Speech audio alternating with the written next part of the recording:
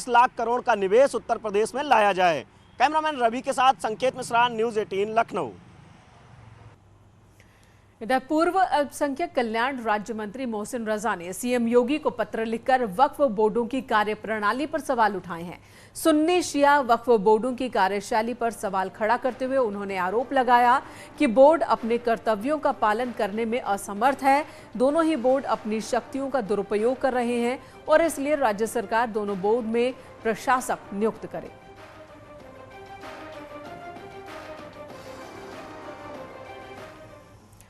और कुछ देर पहले मोहसिन रजा ने न्यूज़ 18 से बातचीत की। क्या कहा उन्होंने, आपको भी सुनाते हैं।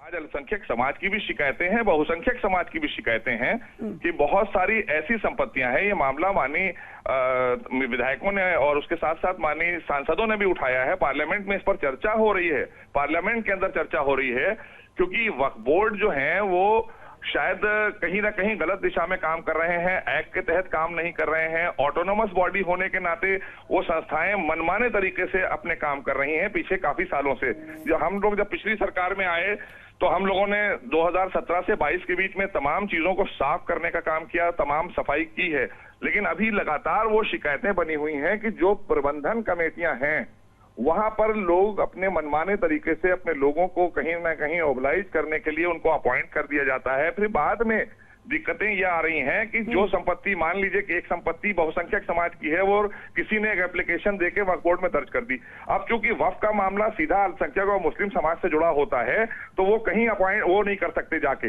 अपील नहीं कर सकते। सुप्रीम कोर्ट भी जा रहे हैं, बेचारे परेशान हो रहे हैं। तो उनकी परेशानी को कैसे दूर किया जाए, उनको निष्पक्ष कैसे कार्रवाई हो कि जो संपत्तियां वक्फ की नहीं है वो वक्फ से बाहर जाएं, और जो गलत लोग वहां बैठे हुए हैं, जो अल्पसंख्यक के दबे कुचले पासमादा समाज के लोगों को इसका जो मिलने वाला वेलफेयर है, जो इसका होने वाला कल्याण है, वो तो एक का भी नहीं हुआ 50 साल में।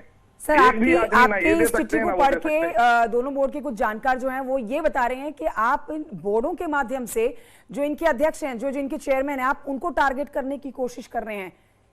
मैं टारगेट चेयरमैनों को नहीं कर रहा हूं, बोर्डों को कर रहा हूं, क्योंकि इन बोर्डों की जो शक्तियां हैं उसके विपरीत जाकर काम किया है बोर्डों ने। अभी नहीं, ये अभी की बात नहीं है, पिछले 10 साल 12 साल जिसमें सीबीआई जांच भी है, और अभी भी लगातार लोग परेशान हैं उत्तर प्रदेश में।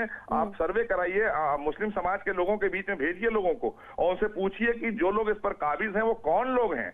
अगर इसकी चैरिटी हो रही तो क्यों हो रही, किसके लिए हो रही है? तो चैरिटी भी अगर हो रही है तो वो संपन्न मुसलमानों की ही चैरिटी इसमें हो रही है। हमारा मकसद है, जो वक्फ होते हैं इनका मेन मंशा होता है कि गरीब दबे कुचले मुसलमानों को इसकी आय से फायदा होना चाहिए और सरकार की नीतियों से इसको चलना चाहिए, जो संविधान बनाया गया है। लेकिन ये सब उसके खिलाफ चल रहा है। आप देखिए, कोई भी अपॉइंटमेंट होते हैं, आप हाई कोर्ट जाइए या कोर्ट में जाइए तो स्टे हो जाते हैं, क्योंकि ये लोग गलत तरीके से, मैं इनकी बात नहीं, पीछे बोर्डों से उठाकर देखिए। तो कम से कम इस पर जिस तरह से संसद में चर्चा हो रही है, सदन में भी हम चर्चा करेंगे और ये सरकार के अधीन आना चाहिए। इनकी अकाउंटेबिलिटी और जवाबदेही तय होना चाहिए बोर्डों की। ये कोई आजाद नहीं है कि आप एक संस्था को दे दिया आपने और 6-7 लोग इधर और 8-10 लोग उधर और 3.5-4 करोड़ मुसलमानों के मुस्तकबिल की बात ये तय करेंगे। सरकार तय करेगी।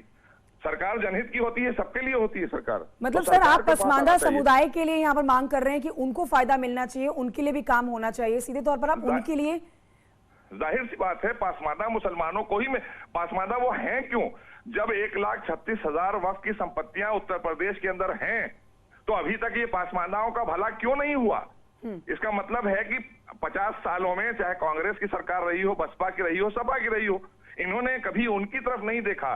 सारी वक्फ की संपत्तियां बड़े बड़े लोगों को दे दी और आज भी वही हो रहा है। तो इसलिए जब शिकायतें लगातार आएंगी तो हम, चाहे हमारी सरकार हो या पिछली सरकार हो, तो वो मामला माननीय मुख्यमंत्री तक तो जाना ही चाहिए। और हम इसीलिए लेकर गए हैं कि भाई ये शिकायत है और इसको अपने अधीन लीजिए, अधिकारी बैठेंगे, माननीय मुख्यमंत्री को जवाबदेही तय होगी, माननीय मुख्यमंत्री को जवाब।